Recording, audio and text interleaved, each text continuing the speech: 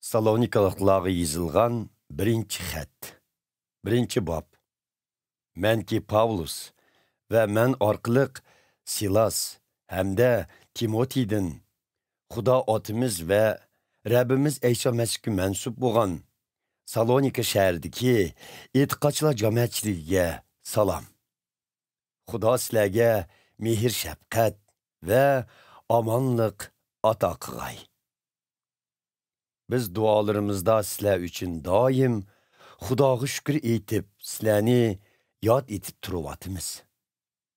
Xudo otimizning oldida e'tiqodinglardan kelgan yaxshi ishlaringlarni, mehr muhabbatinglar bilan singdirgan ajringlarni ve Rabbimiz İsa Mesih'e bağlagan ümidinglardan kelgan sabr toqat bilan bardoshlik berganliginglarni doim eslab turyapmiz.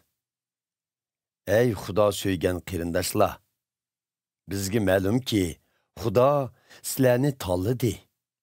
Sizlarga yetkazgan bu xush xabarni biz so'z bilanla emas, balki muqaddas ruhdan kelgan kuch-qudrat bilan, shundoqla Xudoning bu xush xabar orqali sizlarni qutqizganligiga bo'lgan to'liq ishonchimiz bilan sizlarga yetkazdik.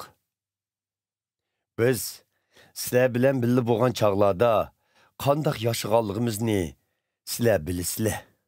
Bularning hammasi sizlarning manfaatinglar uchun edi. Sizlar bizdan shundoqla Rabbimizdan ulgu oldinglar.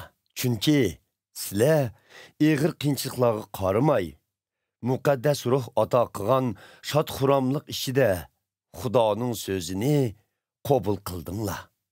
Neticede sizlarmu Makedoniya ve Yunan ülkedeki bütkül e'tiqodchilarga ulga bo'ldinglar. Rabbimiz haqidagi so'zlar sizlardan boshlanib, Makedoniya ve Yunang'ılı emas, hamma yerga tarqilibdi. Biz u yerlarga borganimizda kishilarning sizlarning Xudoga bo'lgan e'tiqodinglardan allaqachon xabari borligini uqdiq.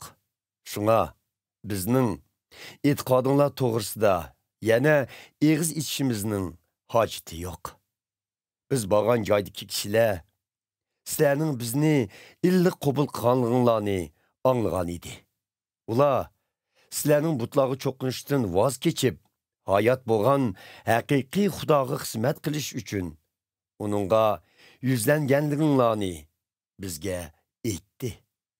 Ular yani bizga sizlarning Xudoning o'g'lining, yani Xudo o'limdan tirildigan İsa Mesihning erishdan qaytib kelishini kutayotganliginglarni aytdi.